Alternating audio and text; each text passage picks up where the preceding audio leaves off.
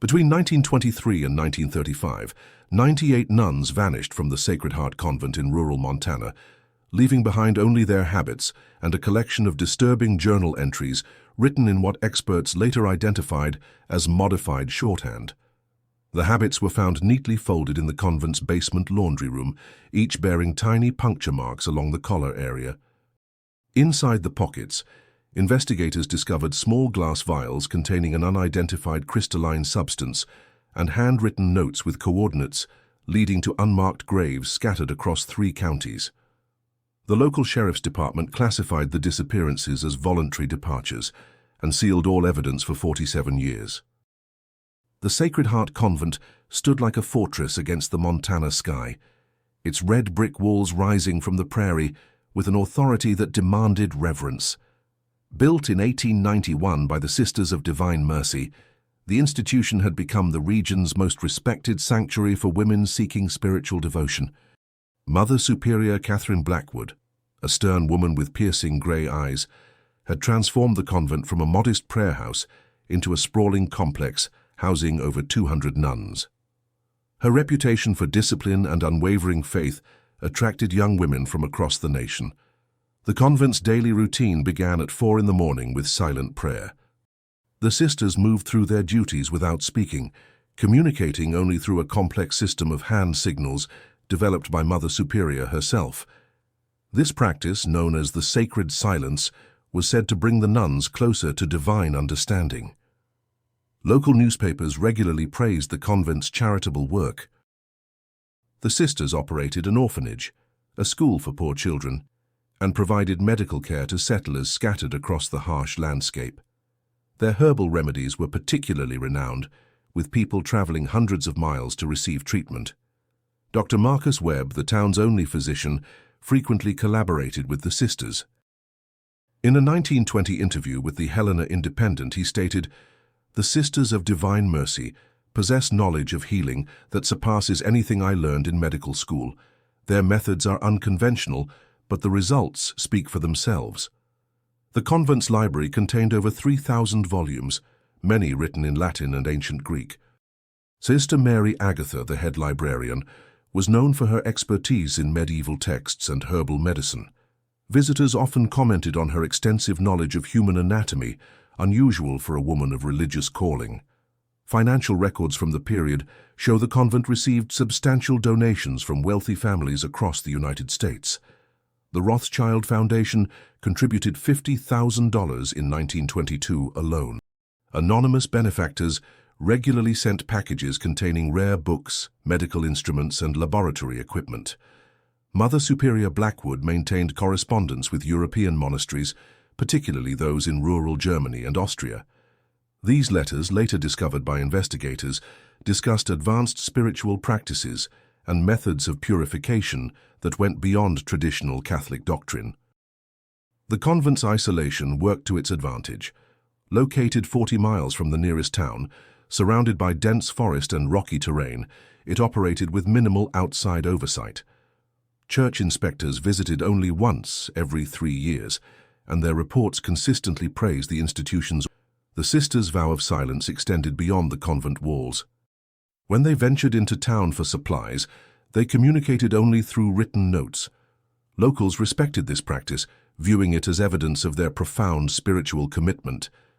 Inside the convent, the architecture reflected Mother Superior's vision of spiritual discipline. Narrow corridors connected small austere cells, where nuns slept on wooden planks covered by thin straw mattresses. Windows were positioned high on the walls, preventing clear views of the outside world. The basement levels, unknown to most visitors, contained what Mother Superior called meditation chambers. These windowless rooms were designed for extended periods of prayer and reflection. Sister Mary Catherine, in a letter to her family in 1924, described these spaces as places where the soul learns to separate from earthly concerns. Mother Superior's personal quarters occupied the entire 3rd floor of the main building. She claimed this elevation brought her closer to heaven and allowed her to better supervise the spiritual development of her charges. Few sisters were permitted to enter these rooms, and those who did emerged changed, often exhibiting unusual behaviors. The convent's medical facility rivaled those found in major cities. Equipped with surgical instruments, X-ray machines, and an extensive pharmacy, it served not only the sisters, but also community members seeking treatment. The facility's capabilities seemed excessive for a religious institution, but donations continued to flow in. Sister Mary Agatha's journal, discovered decades later, revealed the true extent of the convent's medical activities. She wrote, "Mother Superior's understanding of the human form surpasses that of trained physicians. She speaks of the body as a vessel requiring purification through methods unknown to traditional medicine. The convent operated its own printing press, producing religious texts and educational materials distributed throughout the region." However, investigators later found evidence of other publications, including detailed anatomical diagrams and treatises on pain management techniques that bore no relation to conventional religious instruction. Novices arriving at the convent underwent a rigorous evaluation process. Those deemed suitable for advanced spiritual development were separated from the general population and subjected to what Mother Superior termed intensive purification rituals. The nature of these rituals remained secret, known only to Mother Superior and her inner circle. By 1922, the Sacred Heart Convent had achieved legendary status throughout the American West. Religious leaders praised its devotion, medical professionals respected its healing capabilities, and wealthy benefactors competed to support its mission. The institution appeared to represent the highest ideals of Christian service and spiritual dedication. Local government officials regularly cited the convent as an example of successful religious enterprise. Sheriff William Morrison, in his 1923 annual report, wrote, "The Sacred Heart Convent stands as a testament to the positive influence of organized religion in our community. Their contributions to education, healthcare, and moral guidance cannot be overstated." The convent's reputation attracted young women from prominent families seeking respectable alternatives to conventional marriage. These novices brought substantial dowries and family connections that further elevated the institution's status. Mother Superior carefully cultivated these relationships, maintaining correspondence with influential figures across multiple states. Behind the facade of spiritual devotion, however, subtle signs of irregularity began to emerge. Local postal workers noticed the unusual volume of mail arriving from foreign countries, often containing packages too heavy for books or religious artifacts. Train station workers reported regular shipments of medical supplies and laboratory equipment, quantities that seemed excessive for the convent's stated purposes. The Sacred Heart Convent had successfully positioned itself as an unassailable pillar of moral authority. Its combination of religious devotion, charitable work, and medical expertise created a perfect shield against scrutiny. As the 1920s progressed, this reputation would prove crucial in concealing activities that violated every principle the institution claimed to represent. The stage was set for a systematic horror that would unfold over 12 years, protected by the very respect and admiration the convent had so carefully cultivated. The first signs of irregularity emerged in spring 1923, when postal clerk Henry Martinez noticed an unusual pattern in the convent's mail delivery. Sisters who had been receiving regular correspondence from family members suddenly stopped getting letters, while the volume of outgoing mail from the convent increased dramatically. Martinez later testified, "I'd been delivering mail to Sacred Heart for 8 years. The sisters were like clockwork, same faces, same routine. Then girls started disappearing from my route. When I asked Mother Superior about forwarding addresses, she'd just smile and say they'd been called to serve elsewhere." The first documented disappearance involved Sister Mary Elizabeth, a 23-year-old novice from Boston, whose wealthy family had donated generously to the convent's expansion. Her parents, the Ashfords, received a brief letter in October 1923, stating their daughter had been selected for missionary work in remote territories and would be unable to maintain correspondence. When Charles Ashford traveled to Montana to visit his daughter, Mother Superior informed him that Sister Mary Elizabeth had already departed for her assignment. The convent's records showed no forwarding address, and no other religious institution reported receiving a transfer request for the young woman. Dr. Webb began noticing changes in the sisters who visited town for previously chatty and engaging despite their vow of silence, they now appeared withdrawn and exhibited tremors in their hands. When he attempted to examine these symptoms, the sisters would quickly cover their arms and refuse further medical attention. Their behavior became increasingly erratic, Dr. Webb wrote in his private journal. Several sisters bore what appeared to be injection marks along their forearms. When questioned, they would only point toward the convent and make gestures suggesting they needed to return immediately. Local farmer Jacob Thompson reported strange sounds emanating from the convent during nighttime hours. It wasn't praying or singing, he told Sheriff Morrison. Sounded like machinery running, maybe generators. Sometimes you'd hear what could have been screaming, but the wind plays tricks out there. Sheriff Morrison dismissed Thompson's concerns, noting the farmer's reputation for drinking and embellishing stories. The sheriff's official report stated, investigated noise complaints regarding Sacred Heart Convent. Found no evidence of disturbances. Complainant appears unreliable. The convent's request for increased medical supplies raised eyebrows among suppliers in Helena. Dr. Webb's pharmaceutical distributor noted orders for surgical anesthetics, blood plasma, and pain medications in quantities that seemed excessive for a religious community.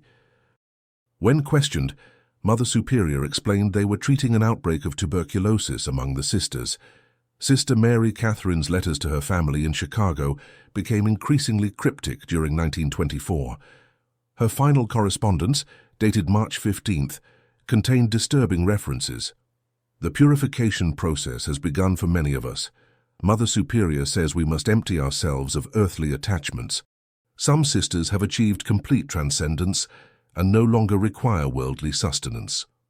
The Chicago family never received another letter from their daughter.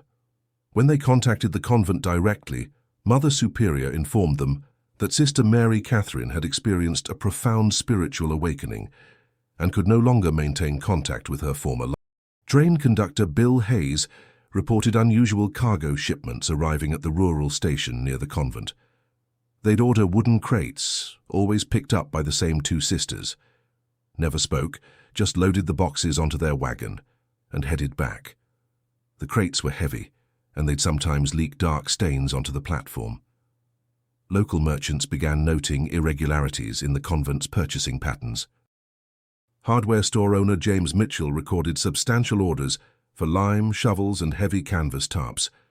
When I asked what they needed all that lime for, the sister just handed me a note saying, "Garden maintenance." But it was autumn, and nobody gardens with that much lime. The disappearances followed a pattern that only became clear years later. Young novices would arrive at the convent, undergo the initial evaluation period, and then vanish from all records within 6 to 18 months. Their families would receive formal notifications of transfer or missionary assignments, but no subsequent contact. Mother Superior's correspondence with European monasteries intensified during this period.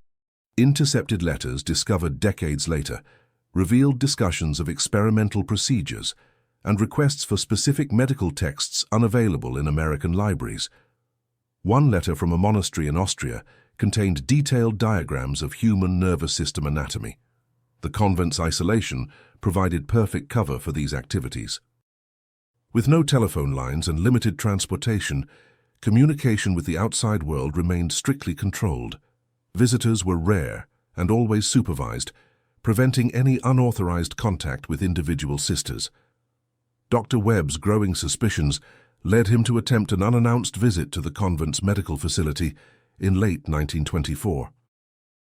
Mother Superior politely but firmly denied his request, explaining that the sisters were observing a period of intensive prayer and could not receive visitors. She assured him their medical needs were being adequately addressed by their own trained personnel. The doctor's journal entry from that day revealed his frustration. Mother Superior's refusal seemed rehearsed, as if she had anticipated my visit. Her demeanor remained calm, but I noticed her hands were stained with what appeared to be iodine or another antiseptic solution. Why would a Mother Superior be personally involved in medical procedures? Local wildlife patterns also began changing around the convent grounds. Hunters reported unusual scavenger activity in the forests surrounding the institution. Coyotes and ravens gathered in unprecedented numbers, particularly in areas where the sisters had been observed working with shovels and lime. The convent's financial records from this period show continued substantial donations from wealthy families, but also payments to suppliers that didn't match the institution's stated needs. Large expenditures for laboratory equipment, preservation chemicals, and medical instruments appeared alongside routine purchases for food and religious materials. Sister Mary Agatha's increasingly erratic behavior alarmed even the tolerant townspeople. During supply runs, she would mutter to herself in what sounded like Latin mixed with German phrases. Her notebook, glimpsed by curious merchants, contained detailed anatomical drawings alongside religious verses written in multiple languages. The disappearances accelerated throughout 1925.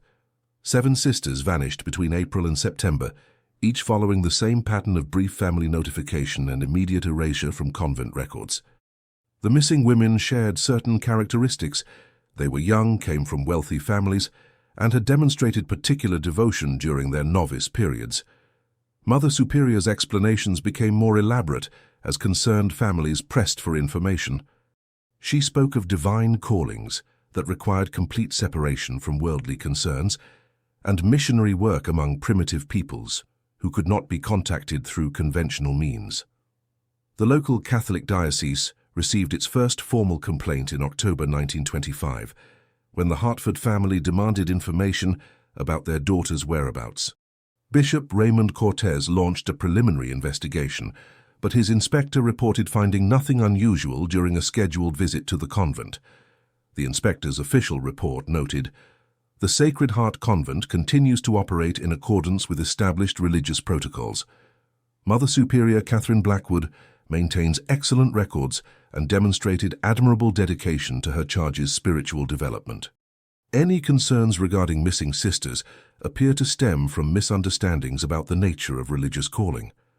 By the end of 1925, whispers throughout rural Montana had begun connecting the dots between the convent's growing reputation and the increasing number of young women who seemed to vanish without trace. However, the institution's powerful supporters and unblemished public record made direct accusations unthinkable. The silence that had once been viewed as evidence of spiritual devotion now took on a more sinister quality, as if the entire convent were holding its breath against discovery of secrets too terrible to speak aloud. The breakthrough came from an unexpected source. In February 1926, Sister Mary Francine stumbled into the town of Millbrook, Montana, 60 miles southeast of the convent, wearing only a torn nightgown and suffering from severe hypothermia. Her feet were frostbitten, her hair had been crudely shaven, and her arms bore precise surgical scars that formed geometric patterns. Dr. Samuel Richardson, who treated her at Millbrook General Hospital, later testified, "She was in a state of complete psychological collapse. For 3 days, she could only repeat the same phrase, 'They harvest the silence.'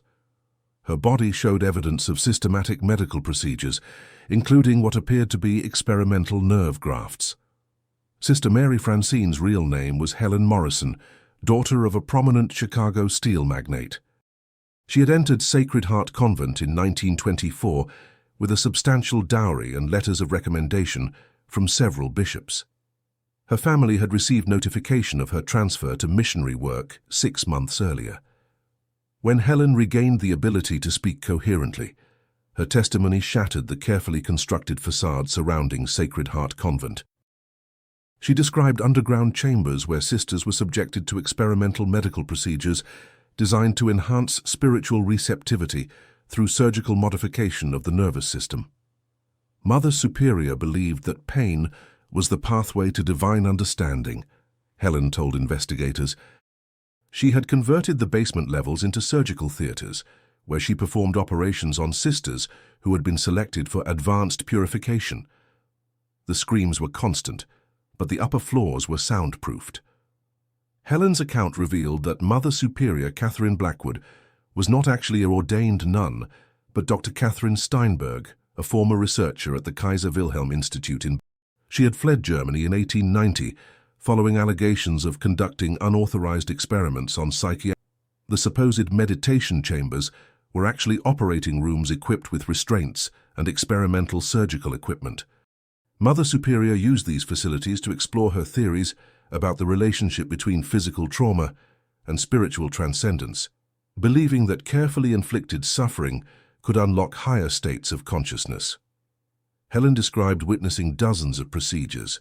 She would inject sisters with various compounds that paralyzed them while keeping them conscious. Then she would make precise incisions along nerve pathways, claiming she was opening channels for divine communication. Many sisters died during these procedures. The bodies of deceased sisters were not buried in the convent cemetery, as families had been told. Instead, they were preserved in chemical baths in the basement laboratories, where Mother Superior continued her experiments on dead tissue. The preserved corpses were arranged in her private study, where she claimed to commune with their spirits. Federal investigators, finally alerted by Helen's testimony, obtained warrants to search Sacred Heart Convent in March 1926. What they discovered exceeded even Helen's horrific descriptions. The basement contained 17 operating rooms, a complete embalming facility, and a library of detailed surgical notes documenting procedures performed on 81 sisters. Agent Harold Vance's official report described the scene. The basement levels constituted a fully equipped medical research facility masquerading as a religious institution. We discovered surgical instruments of unusual design, including devices apparently created for inflicting precise neurological trauma. The smell of preservative chemicals was overwhelming. The investigators found Mother Superior's personal laboratory, where she had been attempting to create what she called vessels of pure consciousness. Her notes described efforts to surgically remove barriers to divine communication by damaging specific areas of the brain and nervous system. 17 sisters were found alive in the basement, though their conditions varied dramatically. Some had undergone so many procedures that they could no longer recognize their own. Others exhibited signs of advanced neurological damage, including paralysis, seizures, and complete loss of speech. Dr. Margaret Whitman, the federal medical examiner assigned to the case, catalogued the evidence. The subjects showed signs of systematic surgical trauma inflicted over extended periods. Several had portions of their skulls removed and replaced with metal plates. Others bore evidence of spinal surgery that appeared designed to induce permanent paralysis. The convent's financial records revealed the true source of its funding. Wealthy families were not making charitable donations. They were paying for their daughters to be subjected to experimental procedures. Mother Superior had marketed the convent as an exclusive institution that could enhance spiritual capacity through revolutionary techniques. Correspondence with European contacts revealed an international network of researchers conducting similar experiments. Mother Superior had been sharing her findings with colleagues in Germany, Austria, and Romania, all of whom were exploring the intersection of surgical trauma and altered consciousness. The preserved bodies in her laboratory showed evidence of post-mortem experimentation. Mother Superior had been attempting to determine whether spiritual consciousness persisted after death by subjecting corpses to electrical stimulation and chemical injections. Her notes suggested she believed she had successfully communicated with several deceased sisters. Helen Morrison's testimony revealed the selection process for advanced purification. Sisters were chosen based on their psychological profiles, with preference given to those who demonstrated high pain tolerance and complete obedience to authority. These qualities made them ideal subjects for prolonged experimental procedures. The investigation uncovered a sophisticated system for disposing of evidence. Sisters who died during procedures were not only preserved for continued experimentation, but also used as subjects for testing new preservation techniques. Mother Superior's goal was to create a permanent collection of spiritually enhanced specimens. Agent Vance discovered Mother Superior's private journals, which revealed her philosophical justifications for the experiments. The human form is merely a vessel for divine consciousness. By systematically removing the barriers that prevent spiritual transcendence, we can create beings of pure faith, unencumbered by earthly limitations. The basement laboratories contained detailed anatomical charts showing planned surgical modifications for each sister. These procedures were designed to progressively eliminate sensory input and motor function, theoretically allowing subjects to focus entirely on spiritual contemplation while remaining conscious. Dr. Whitman's psychological evaluation of the surviving sisters revealed the extent of their trauma. The subjects have been systematically conditioned to view their suffering as spiritual advancement. Many continue to defend Mother Superior's actions, insisting that their procedures were necessary for achieving divine communion. The convent's correspondence files revealed complaints from families dating back to 1923, all of which had been systematically ignored by church authorities. Bishop Cortez's office had received detailed concerns about missing sisters, but had consistently accepted Mother Superior's explanations without investigation. Helen Morrison's escape had been possible only because of a mechanical failure in the basement laboratory. A steam pipe burst, flooding her operating room and allowing her to break free from her restraints. She had navigated the underground passages for hours before finding an exit that led to the convent's root cellar. The investigation team discovered that Mother Superior had been documenting her experiments through photography and detailed written records. These materials were intended for publication in European medical journals, presenting her work as groundbreaking research into the neurological basis of religious experience. Federal agents found evidence that Mother Superior had been planning to expand her operations. Correspondence with potential investors discussed establishing similar institutions in other remote locations, creating a network of experimental facilities disguised as religious retreats. The true scope of the horror became clear as investigators catalogued Mother Superior's complete records. Over 12 years, she had subjected 98 sisters to experimental procedures, with only 17 surviving in various states of neurological damage. The rest had been preserved as specimens or disposed of when their bodies could no longer serve her research purposes. The Sacred Heart Convent had been a laboratory of unimaginable suffering, operating under the protection of religious authority and social respectability. Mother Superior's systematic torture of young women had been hidden behind a facade of spiritual devotion that had fooled investigators, families, and church authorities for over a decade. When federal agents attempted to arrest Mother Superior Catherine Blackwood on March 15, 1926, they discovered her laboratory empty, except for a single note written in Latin: Corpus sine anima, anima sine corpus, body without soul, soul without body. She had vanished along with her most detailed experimental records and several pieces of specialized surgical equipment. The manhunt for Dr. Catherine Steinberg extended across 3 countries. Interpol traced her movements through coded telegrams sent to colleagues in Vienna and Prague, but she remained one step ahead of authorities.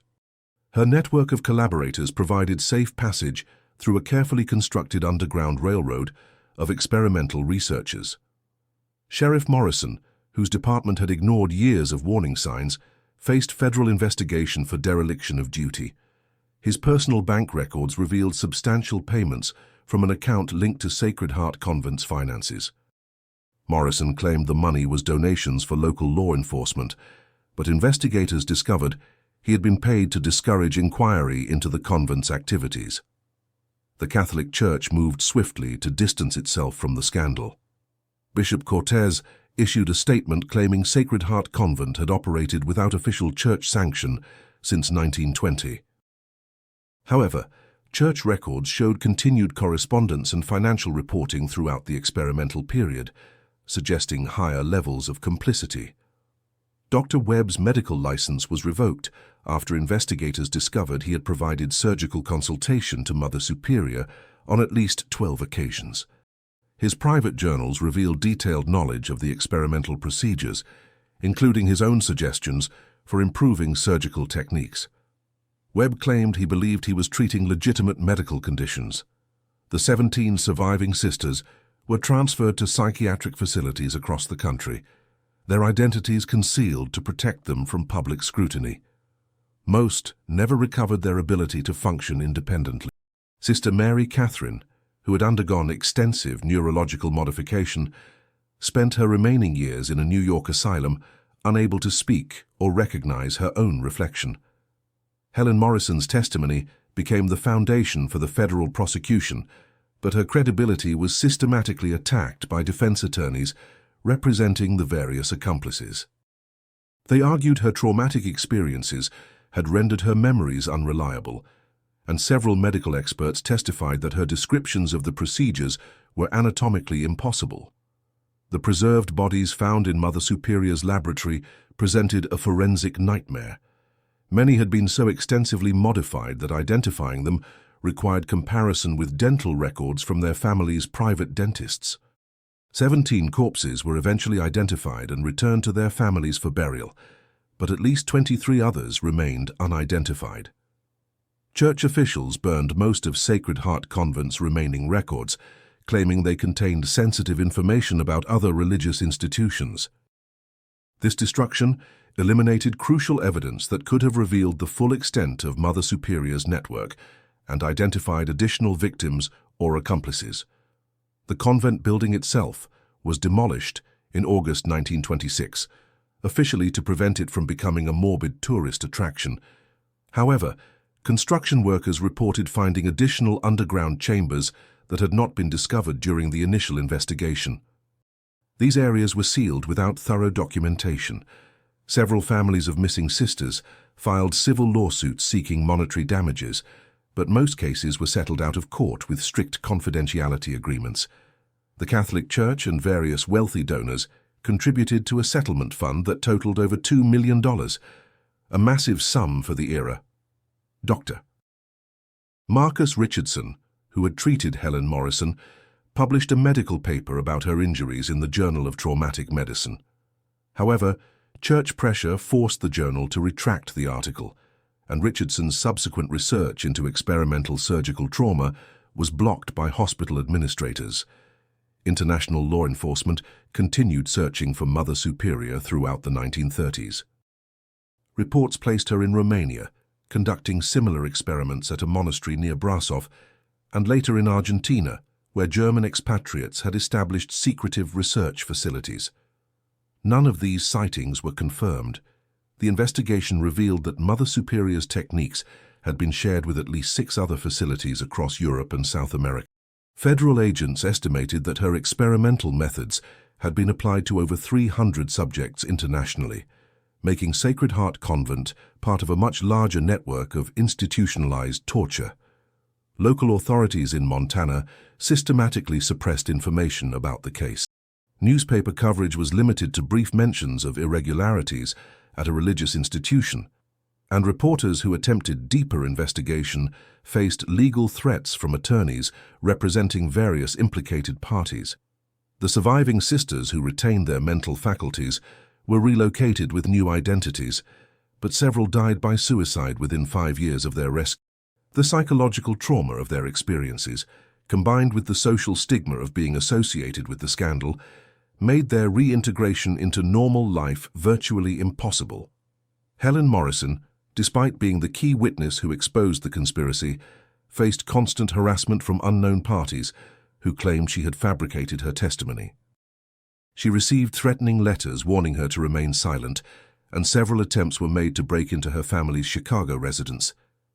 In 1931, Helen was found dead in her bedroom from an apparent overdose of sleeping medication. The coroner ruled it suicide, but her family questioned this conclusion, noting that she had been planning to publish a detailed memoir about her experiences at Sacred. The federal agents who conducted the investigation faced bureaucratic retaliation that effectively ended their careers. Agent Harold Vance was transferred to a minor posting in Alaska, and his subsequent reports about similar institutions were buried in federal archives.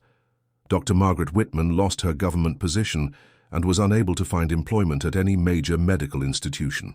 Church records from the Vatican, declassified decades later, revealed that Pope Pius V had been personally briefed about the Sacred Heart case. However, the official papal response was to pray for the souls of the deceived, rather than implement systematic reforms to prevent similar incidents. The land where Sacred Heart Convent once stood was sold to a logging company, which reported unusual difficulties with their operation. Workers complained of equipment malfunctions and strange sounds emanating from the ground, leading to the site being abandoned after only 2 years. The property remained undeveloped for over 50 years. Mother Superior's European colleagues continued their research, using her documented techniques. A 1945 Allied intelligence report identified at least 3 facilities in occupied territories, where similar experimental procedures were being conducted on prisoners and psychiatric patients. These operations were classified and remain sealed in military archives. The families of unidentified victims never received closure about their daughters' fates. 23 sets of parents died without knowing what had happened to their children, having been told they had been transferred to missionary work in unreachable territories. The preserved corpses that could not be identified were eventually cremated and buried in unmarked graves. Jacob Thompson, the farmer who had first reported strange sounds from the convent, was found dead in his barn 3 months after the federal investigation concluded. His death was ruled accidental, but family members noted that he had been receiving anonymous threatening letters warning him not to discuss what he had witnessed. The medical equipment and surgical instruments found in Mother Superior's laboratory were classified as government property and transferred to federal research facilities. Some of these devices were reportedly reverse-engineered and incorporated into legitimate medical research, though official records of this process remain classified. Modern psychological evaluations of the surviving testimony suggest that Mother Superior's experimental program was designed not just to inflict physical trauma, but to systematically destroy her subject's sense of individual identity. The procedures were calculated to create complete psychological dependence while maintaining consciousness, essentially creating living experiments in human submission. In 1987, the last surviving sister from Sacred Heart Convent died in a Pennsylvania nursing home. She had never spoken another word after her rescue, spending 61 years in silence. Her final medical records noted extensive scarring consistent with repeated surgical procedures, and brain imaging revealed artificial modifications to her neural pathways. The true number of Mother Superior's victims may never be known. Federal investigators estimated that the Sacred Heart operation was responsible for at least 98 documented disappearances, but correspondence found years later suggested that similar techniques had been tested on transient populations and psychiatric patients who left no traceable records. Dr. Catherine Steinberg, the woman who called herself Mother Superior Catherine Blackwood, was never captured. Intelligence reports from the Cold War era suggested she had continued her research in Soviet psychiatric facilities, applying her techniques to political prisoners. Her ultimate fate remains unknown, as does the full extent of the experimental network she helped establish. The Sacred Heart Convent case file was sealed by federal order in 1955 and transferred to classified archives. Most surviving documentation remains unavailable to researchers, and Freedom of Information Act requests have been consistently denied on grounds of national security and protecting the privacy of victims' families. The case established precedents for federal oversight of religious institutions, but these reforms were quietly reversed during the 1940s as the government prioritized maintaining positive relationships with established churches. Similar institutions continue to operate with minimal external supervision, protected by religious freedom laws that were strengthened in response to the Sacred Heart scandal. Today, only a few academic researchers are aware of the full scope of what occurred at Sacred Heart Convent between 1923 and 1930. The systematic torture of 98 young women, hidden behind the facade of religious devotion, serves as a reminder that institutional authority can provide perfect camouflage for the most horrific crimes against human dignity. The silence that once protected Mother Superior's experiments now protects the memory of those experiments, ensuring that the lessons of Sacred Heart Convent remain buried alongside its victim. If this story impacted you, if you stayed until the end, it's because you understand that these hidden truths need to be brought into the light. Leave a comment with the city where you're watching from. We want to see how far these forgotten stories are reaching people who refuse to let them stay buried, and subscribe to the channel. There are many other cases the world tried to erase from history, but we keep digging them up, one story at a time,